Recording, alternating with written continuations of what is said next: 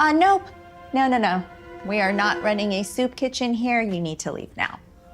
I'm just here for the sermon, ma'am, if it's not any bother. It is a bother.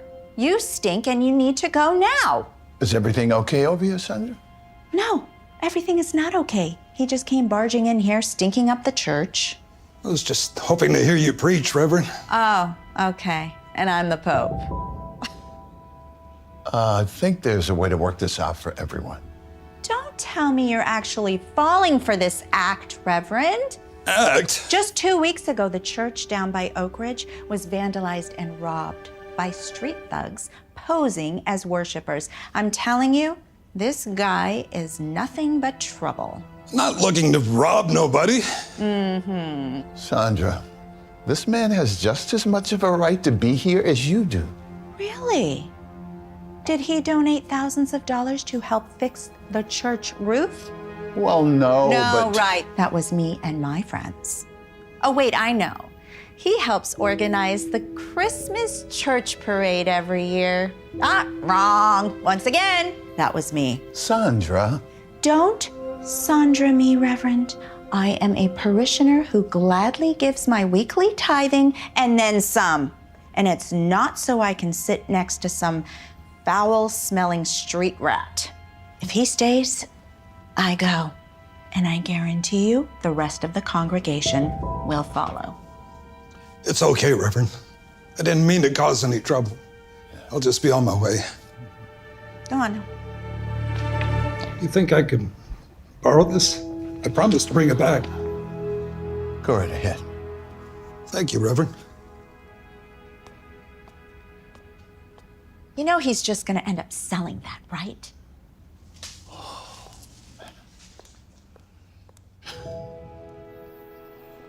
God bless you. God bless you. Thank you for coming. Spare some change. Spare some food. Get a job.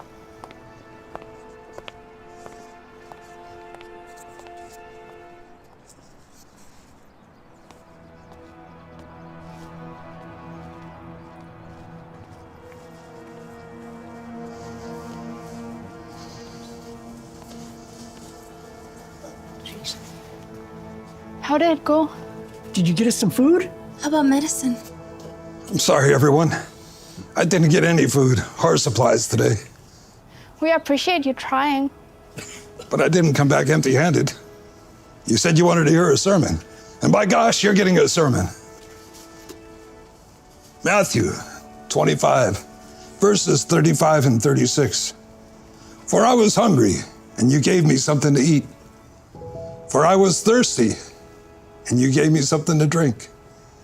I was a stranger, and you took me in. I needed clothes, and you clothed me. I was sick, and you looked after me. I was in prison. You came to visit me.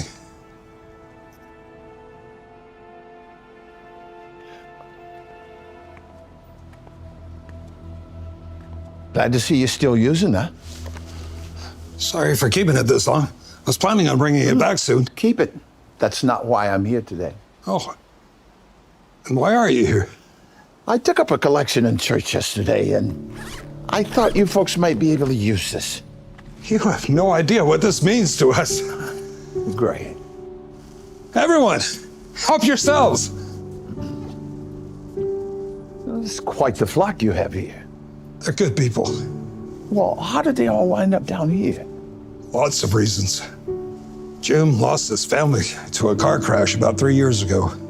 The accident left him with a bad leg. That meant he couldn't work in the warehouse anymore.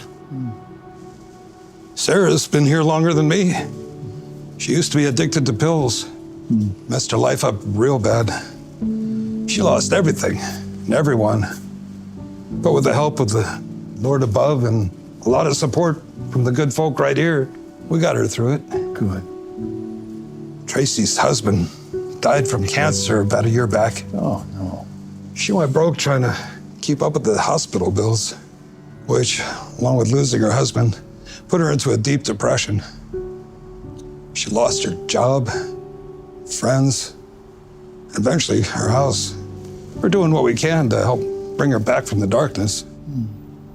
You know, I had no idea that so many people living so close to my church had such needs. It's not your fault, Reverend. We try to keep out of sight around this place. Neither the people nor the cops around here take kindly to us. You know, I just might have an idea that'll fix that. But I'm gonna need your help.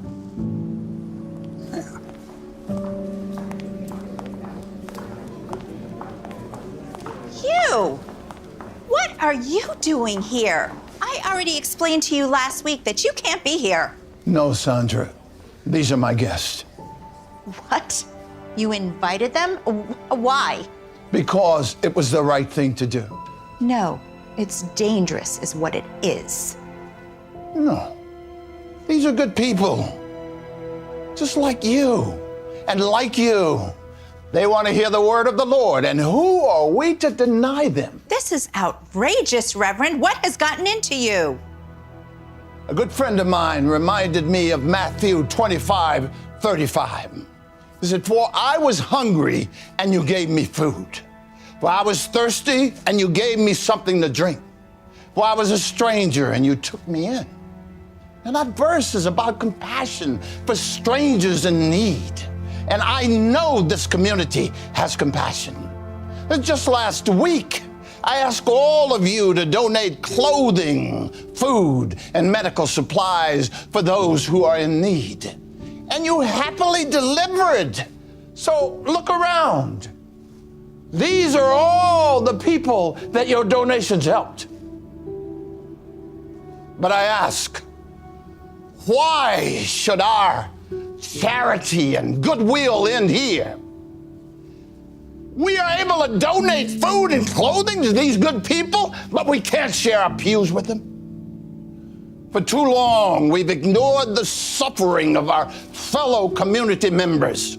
We've shunned them, forced them into the shadows so that we can pretend that they don't exist. I say no more. Amen.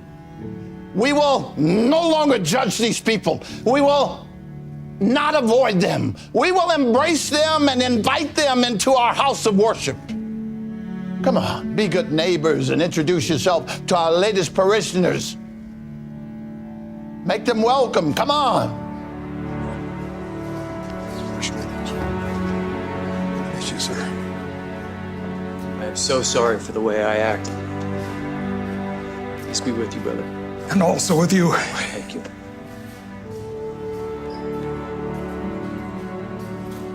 I'm sorry, too. Maybe we could start over? Thank you.